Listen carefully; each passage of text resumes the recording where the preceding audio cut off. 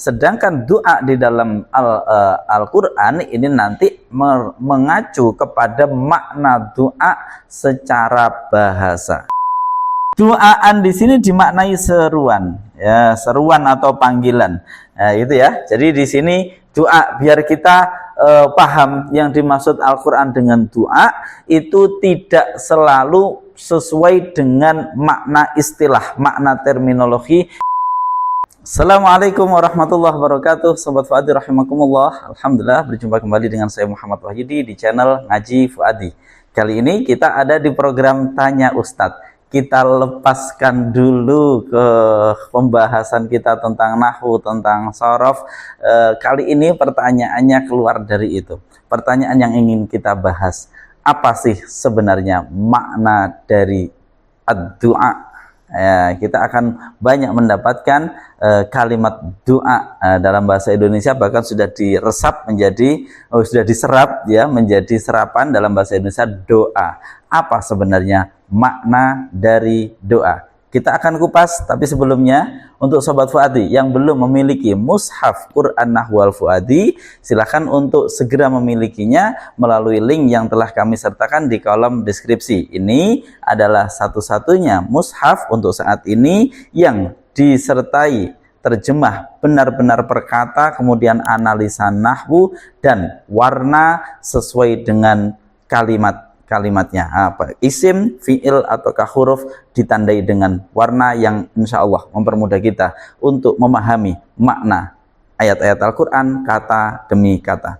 Baik, mari kita ngaji Fuadi.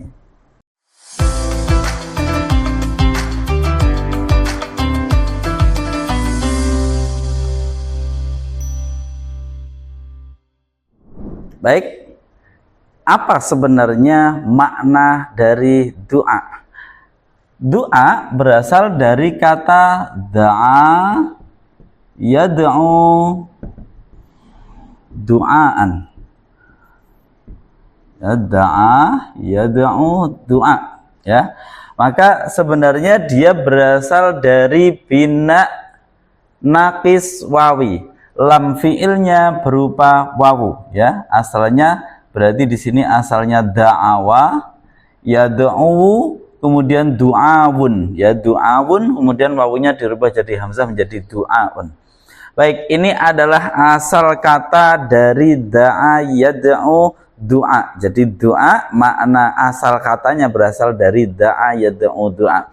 Kemudian Sobat Fuadi rahimakumullah, sebelum saya jelaskan tentang ini, perlu saya berikan beberapa satu hal yang penting untuk saya sampaikan, bahwa rata-rata kita akan temukan Al-Quran itu menggunakan bahasa sesuai dengan makna bahasanya. Saya ulangi lagi, kebanyakan nanti kita akan temui ayat-ayat Al-Quran itu menggunakan arti secara bahasa, bukan arti secara istilah. Jadi kita harus ingat bahwasanya Al-Quran turun di masa ketika Islam pertama kali muncul, sehingga pada saat itu belum ada istilah-istilah istilahnya terminologi secara Islami, itu belum ada, sehingga Al-Quran turun ini sesuai dengan akar makna akar kata tersebut, makna asal kata tersebut, ya, termasuk di dalam kata doa. Nah, doa di dalam Al-Quran ini berbeda dengan doa yang sudah kita fahami secara umum. Doa yang sudah kita fahami secara umum itu namanya sudah makna doa secara istilahi, itu sudah menjadi sebuah terminologi. Nah, sedangkan doa di dalam Al-Quran ini nanti mengacu kepada makna doa secara bahasa. Dari sini nanti akan ada perbedaan, sehingga kita akan memahami doa lebih mendalam lagi sesuai dengan asal bahasanya.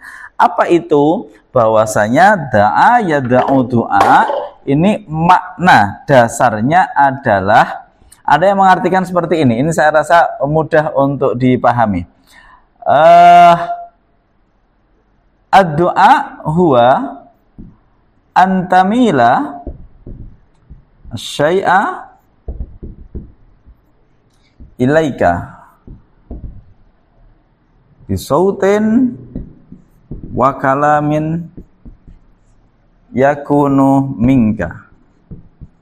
Nah, ini saya rasa mudah ini untuk memahami ini. Antamila syai', kamu menarik sesuatu, ya. Antamila, adanya menarik siapa kamu, asyai'a pada sesuatu, ilaika kepadamu. Kamu menarik sesuatu kepadamu, ya, menarik maksudnya menarik. Kamu menarik sesuatu kepadamu bisautin dengan menggunakan suara, wakalamin dan ucapan dan perkataan. Yakunu yang kalam itu, ucapan atau suara dan ucapan itu adalah minka darimu. Jadi antamila syai'a ilaika bisautin wa kalamin yakunu minka. Jadi kamu menarik sesuatu kepada dirimu dengan menggunakan suara atau ucapan atau perkataan darimu.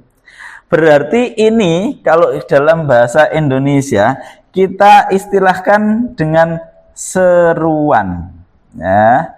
Maka doa artinya seruan. Da'a yada'u, menyeru, memanggil atau menyeru. Maka berarti secara bahasa da'a yada'u apa? Memanggil atau menyeru. Ini makna asli katanya. Memanggil bukan sekedar manggil, menyeru bukan sekedar menyeru. Maksudnya adalah melakukan sesuatu dengan ucapan atau suara untuk membuat satu pihak lain ini untuk ketarik apa namanya, ya, kita tarik kepada diri kita dengan menggunakan ucapan atau suara itu. Semoga bisa dipahami, saya kesulitan menjelaskannya. Jadi intinya kalau dalam bahasa Indonesia ini da'a yad'u, doa itu maknanya memanggil atau menyeru. Jadi saya ulangi lagi, kamu menarik sesuatu kepadamu dengan menggunakan suara atau ucapan darimu, itu namanya doa. Secara bahasa, sekali lagi, ini makna asal katanya. Nah, memanggil atau menyeru ini adalah asal kata dari da'a yad'u, doa. Nah, dari sini nanti kita akan temui ayat-ayat Al-Quran itu maknanya itu berasal dari ini, tapi sudah ada turunannya, ya. Sehingga kemudian misalkan kita ambil misalkan di surat Al-Anfal, ya, ayat 125. Surat Al-Anfal ayat 125. Ud'u itu menggunakan fi'il amr. Surat Al-Anfal ayat 125. Ud'u. Nah, itu berarti adalah, kalau kita maknai yang ini dulu, ya, kita maknai yang aslinya dulu. Ud'u ila sabili rabbika. Sambil silahkan untuk dilihat mushaf Quran Fuadinya. Ud'u, menyerulah kamu. Kira-kira seperti itu, ya. Menyerulah siapa? Kamu.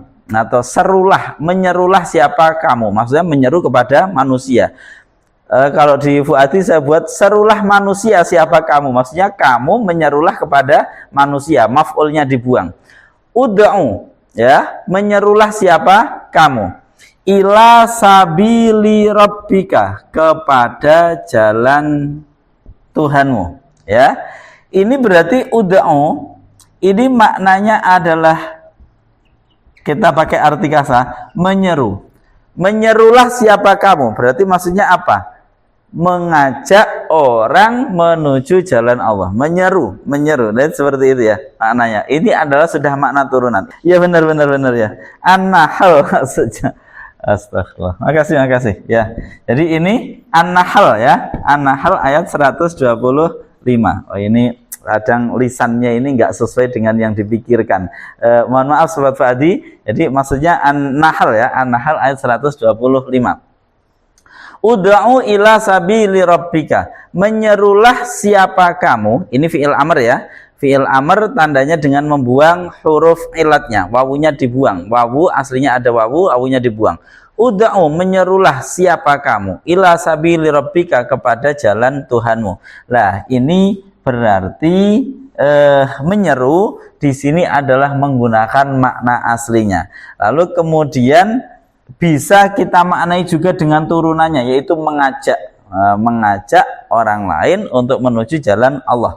Ini contoh yang masih menggunakan makna asli. Nah, di sini ini tidak akan cocok kalau kita pakai sudah makna istilah. Da'a yad'u, doa, kita artikan doa permohonan. Itu sudah nggak cocok. Maka ud'u, memohonlah siapa kamu, atau berdoalah siapa kamu ila sabilul, nggak cocok. Maka ini kita perlu tahu bahwasanya Al-Qur'an itu turun sebelum istilah itu ada. Ya, sebelum makna-makna terminologi itu ada, sebelum terbangun makna-makna di dalam disiplin-disiplin ilmu. Maka yang perlu kita ingat adalah lafadz-lafadz di dalam Al-Qur'an itu kebanyakan itu mengikuti makna akar katanya. Ya, sesuai dengan turunannya, disesuaikan dengan konteksnya. Maka kalau kita menggunakan doa, kita memahami makna aslinya memanggil atau menyeru, ya, ini nanti akan disesuaikan dengan konteksnya, akan tetap sesuai turunan dari ini. Misalkan kita masuk ke ayat yang lain, kita buka surat Al-Anfal. Al-Anfal itu di ayat 124 misalkan. Al-Anfal di ayat 24.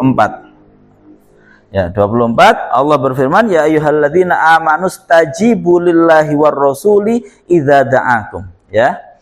Jadi saya tulis di mana? Ini saya hapus saja dulu. Ini sudah dulu ya. Ini kita masuk ke ayat berikutnya. Ya ayyuhalladzina amanu stajibu lillahi war rasuli idza da'akum. Ya ayyuhalladzina amanu, hei orang-orang yang beriman. Kemudian kita langsung masuk ke ayat ini. Istajibu.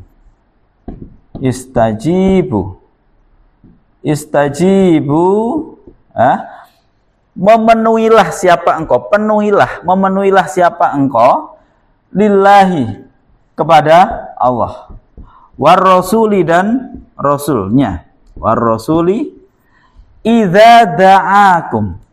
Idza da'akum, ketika menyeru siapa? Rasul. Ya, idza da'akum, ketika menyeru siapa? Rasul, kum, pada kalian.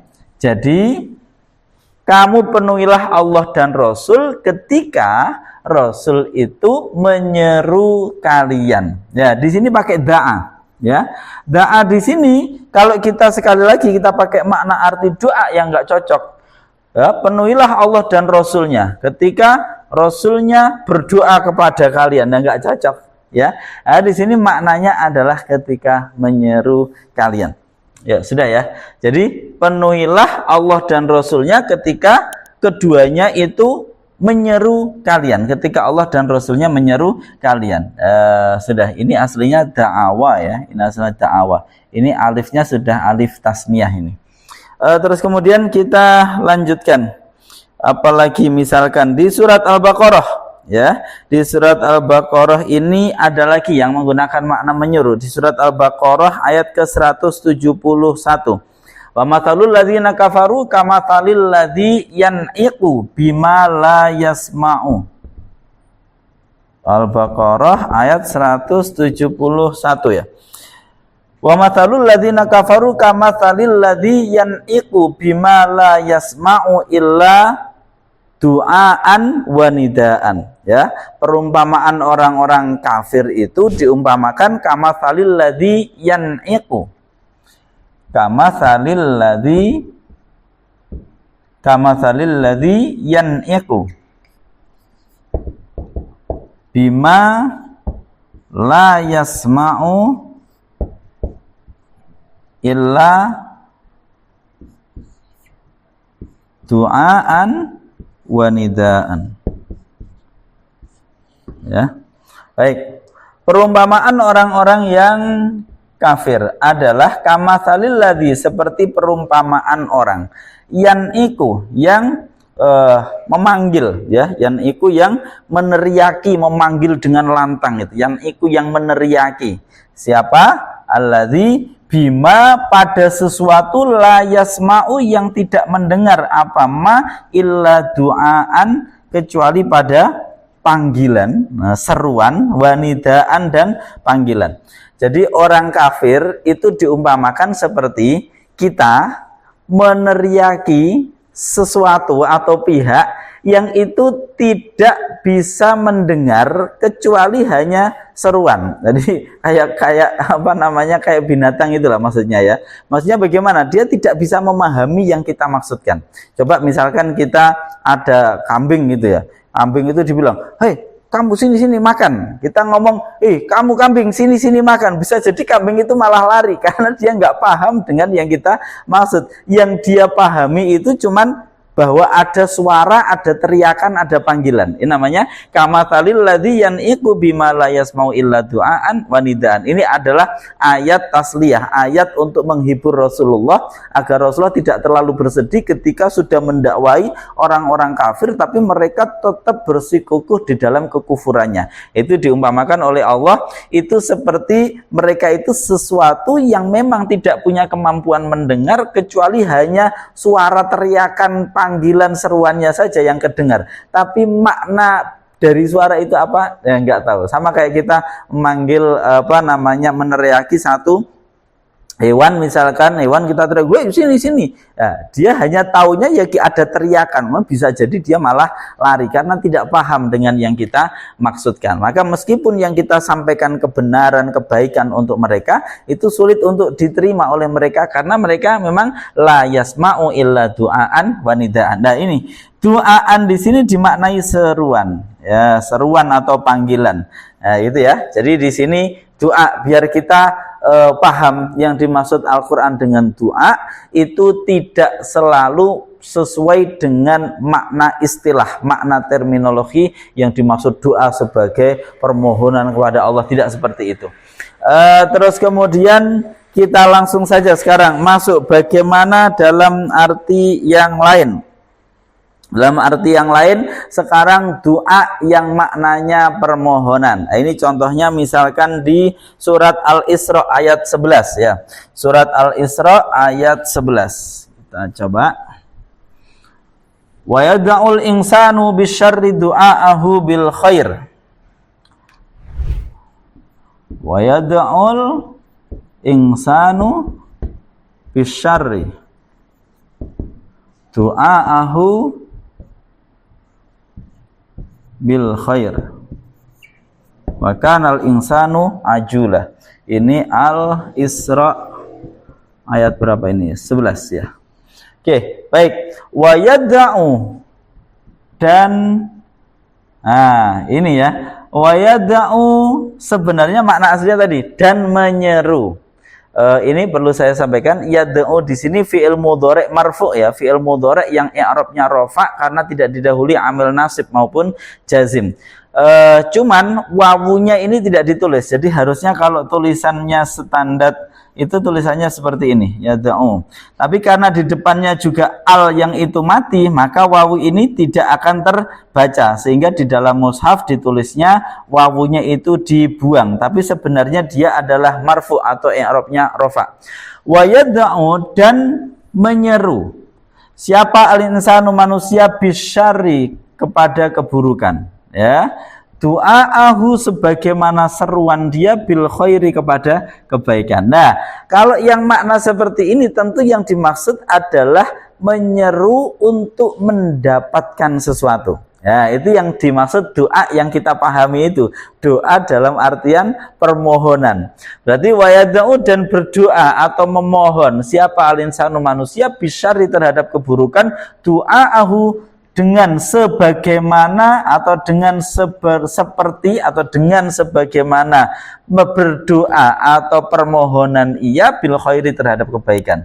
Jadi manusia itu bawaannya kalau minta keburukan itu seringkali seperti dia minta kebaikan. Ini salah satu penafsirannya adalah terkait misalkan kita lagi marah dengan seseorang, marah sama anak atau marah sama istri.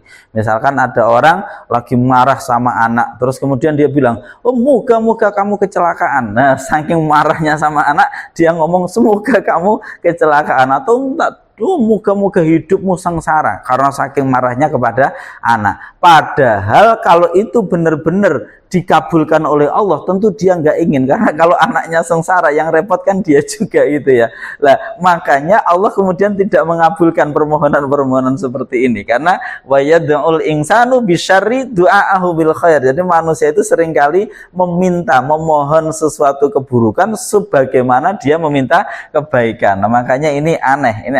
Lah oleh karena itulah dengan kebijaksanaannya Allah tidak mengabulkan doa-doa yang seperti ini. Baik, kita kembali lagi ke pembahasan kita. Yad'u. Di sini juga ada doa, ya. Nah, ini berarti maknanya adalah sudah makna permohonan. Manusia itu memohon atau meminta keburukan sebagaimana dia meminta kebaikan. Loh, masa anak hanya karena misalkan kita tidak lagi kecewa dengan istri misalkan, terus kemudian seseorang bilang sama istri, "Oh, semoga kamu cilaka," misalkan begitu. Lah itu namanya, padahal kalau istrinya cilaka kita nggak suka juga ya. Lah itu namanya wa yad'ul insanu bisyarri du'aahu bil khair. Lah ini berarti doa di sini sudah menggunakan makna berdoa. Lalu bagaimana berdoa atau memohon ini? Kan asal katanya menyeru. Baik. Maka sebenarnya asal kata ini maknanya kembali adalah menyeru atau memanggil. Tapi kita lihat konteksnya. Ketika manusia kemudian menyeru kepada Allah, ya, menyeru kepada Allah, maka ini adalah seruan dari yang tidak punya apa-apa, ya, yang tidak memiliki apapun, tidak mampu apapun, ya, kepada yang maha memiliki, yang maha mampu,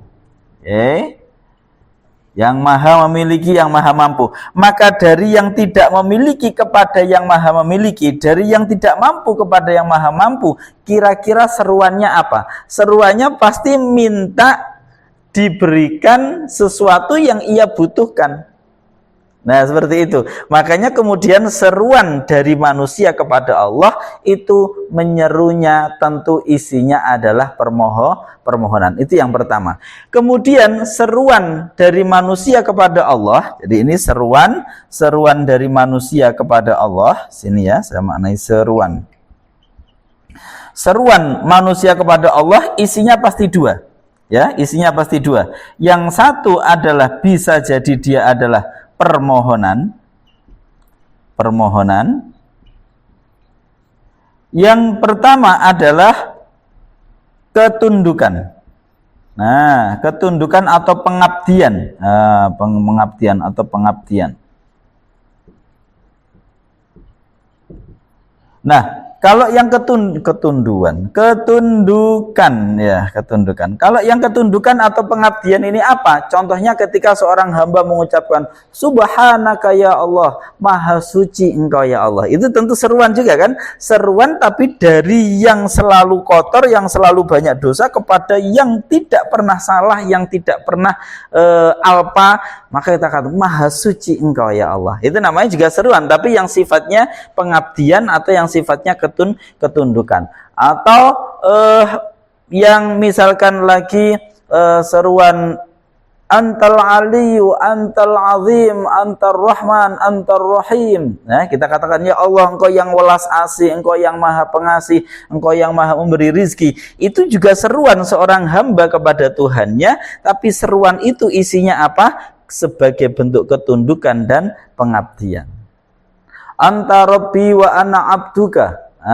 Engkau adalah Rabbku yang menguasai dan merawatku, mengendalikanku, sementara aku hanyalah hambamu. Ini namanya seruan juga, tapi isinya adalah pernyataan ketundukan atau pengabdian. Ini diistilahkan sebagai doa bimakna ibadah. Nah, ini ya. Kemudian ada doa yang maknanya permohonan, karena dari yang tidak memiliki kepada yang maha memiliki, karena dari yang tidak mampu kepada yang selalu maha mampu, maka berarti isinya permohonan. Engkau yang maha memiliki rizki dan maha memberi rizki, berikanlah kami rizki. Nah, ini namanya doa bimaknal mas'alah atau at-talab, ya, bimakna talab. Permintaan, permohonan atau masalah, ya, al-masalah. Nah, Sudah, ini jadi doa ini ada dua macam ini tadi ya. Doa ada dua macam, kalau dari manusia kepada Tuhannya. Berbeda dengan doa bermakna dari Tuhan kepada manusia, berarti adalah seruannya apa? Seruannya adalah perintah. Seruannya adalah ya perintah ataupun larangan ataupun aturan, karena dari yang tinggi dari Tuhan kepada hambanya. Lah kalau sesama kepada sesama, tentu seruannya apa? Mengajak wong sesama. Makanya ketika di ayat yang tadi ud'u ila sabili rabbika di An-Nahl tadi, ud'u ila berarti seruan karena kepada sesama manusia, berarti maknanya mengajak ya. Tapi kalau yang dari manusia kepada Allah, wa yad'ul insanu berarti menyeru manusia kepada Allah, maksudnya adalah berarti memohon ya. Kemudian kalau dari Allah tadi ya istajibu lillahi war rasul idza da'akum, berarti da'akum dari Allah dari Rasul kepada manusia, maknanya berarti menyeru, artinya memerintah, menyuruh, melarang ya, atau menertibkan ya. Jadi seperti itu kurang lebih. Lah ini adalah makna dari doa secara bahasa yang terus digunakan di dalam Al-Qur'an. Baik. Lalu bagaimana terhadap doa yang sering kita maksud? Allah di dalam surat Al-Baqarah itu menyebut bahwasanya wa idza sa'alaka, Al-Baqarah 186 ya. Wa idza sa'alaka ibadi anni fa inni qarib ujibu da'watad da'i. Kita tulis di sini ujibu da'watad da'i idza da'ani. Maka pada ayat ini kita bisa tetap yang paling mudah adalah memasukkan makna kata asalnya ya. Ujibu da'watad da'i, da'watad da'i, ujibu da'watad da'i idza da'a. Oke. Ujibu. Nah, ini ujibu da'watad da'i idza da'ani.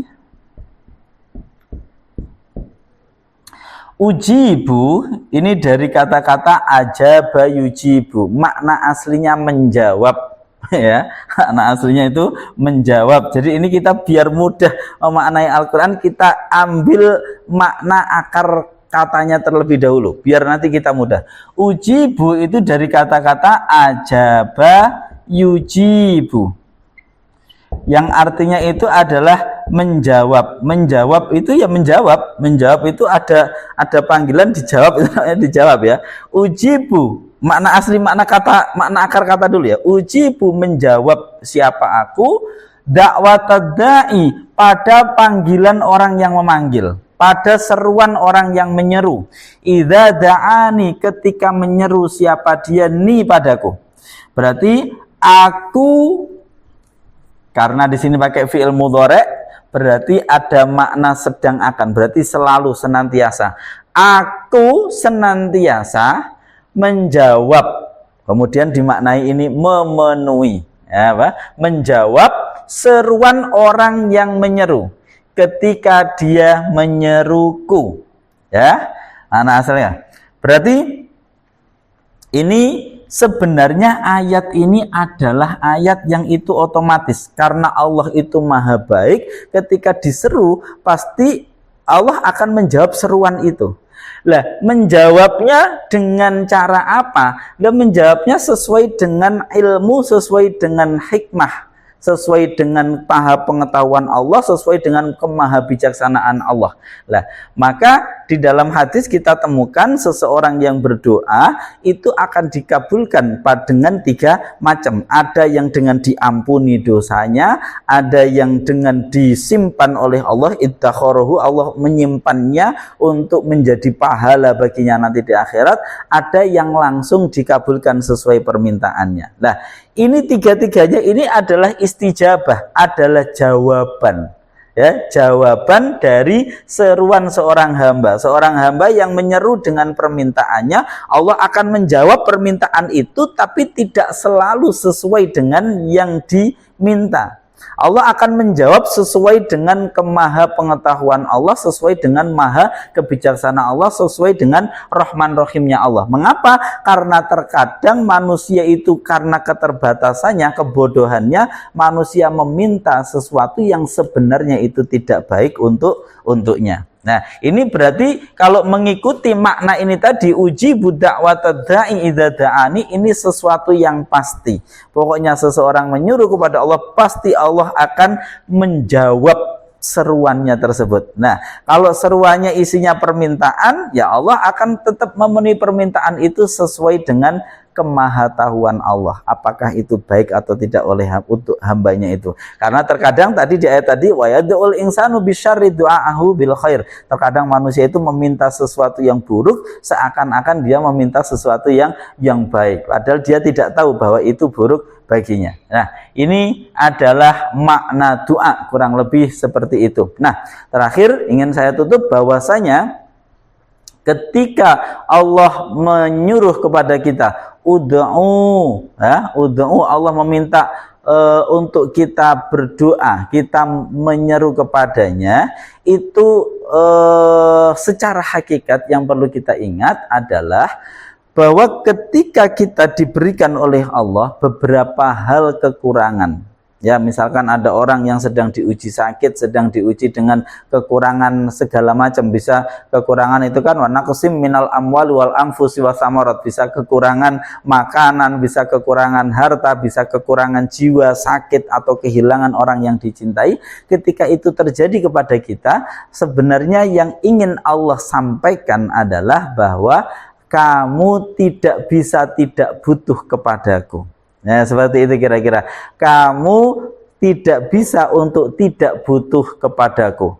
Antumul fuqara, kalian semua itu orang yang selalu butuh kepada Allah. Nah, oleh karena itu doa itu seharusnya adalah menjadi media kita untuk mensifati Allah.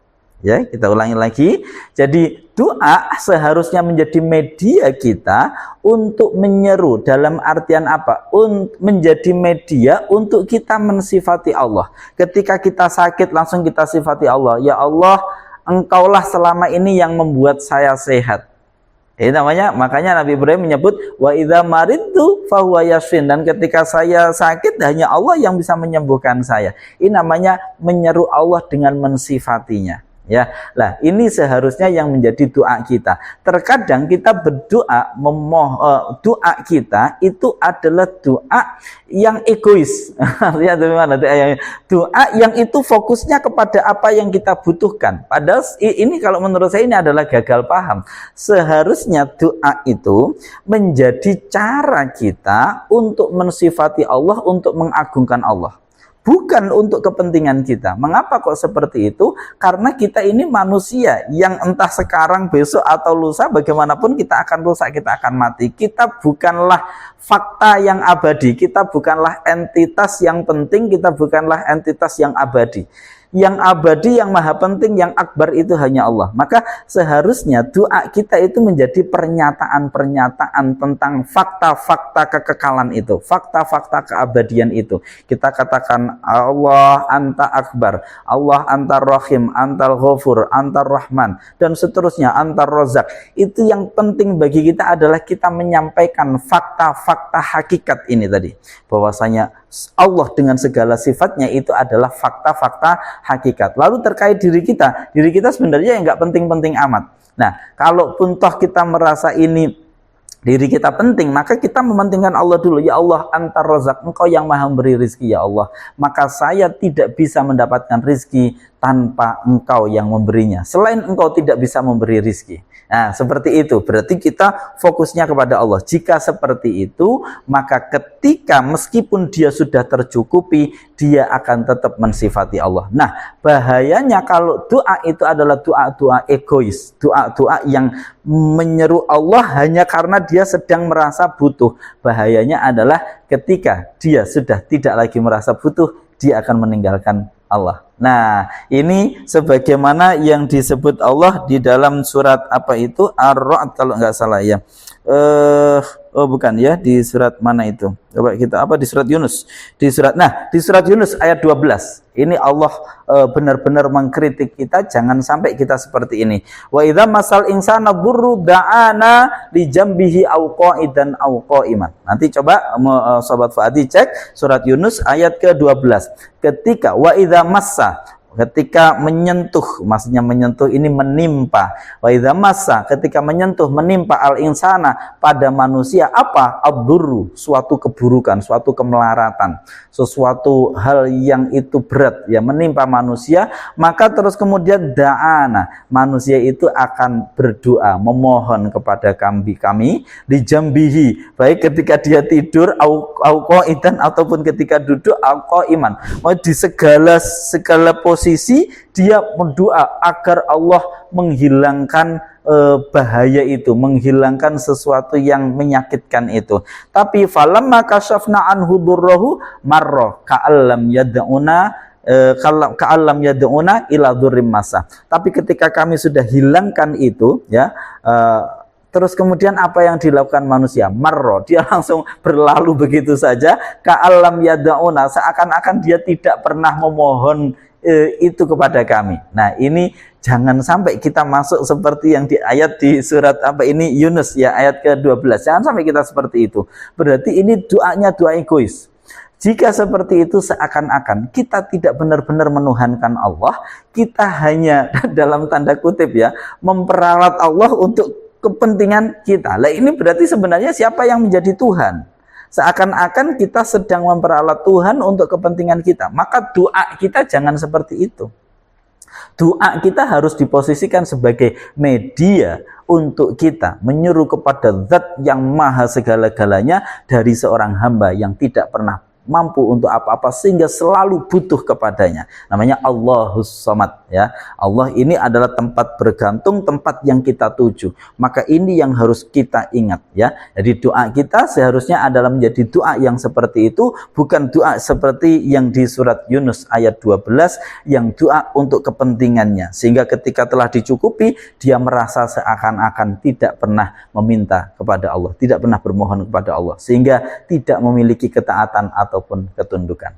Demikian kira-kira kupasan kita terkait dengan makna doa. Semoga kita mendapatkan kefahaman. Jika ada kurang lebihnya, ada salah, semoga bisa dikoreksi. Dan jika ada kritik, silahkan masukkan di kolom komentar. Kami menerima dengan sangat lapang kritik-kritik yang masuk, saran, karena metode Al-Fuadi ini adalah metode yang kami susun dan baru. Ini adalah semoga terus mengalami perbaikan-perbaikan di ke depan, dan semoga ini bermanfaat untuk umat muslim di dalam memahami dan mentadabburi Al-Quran. Demikian, terima kasih. Saya Muhammad Wahyudi. Assalamualaikum warahmatullahi wabarakatuh.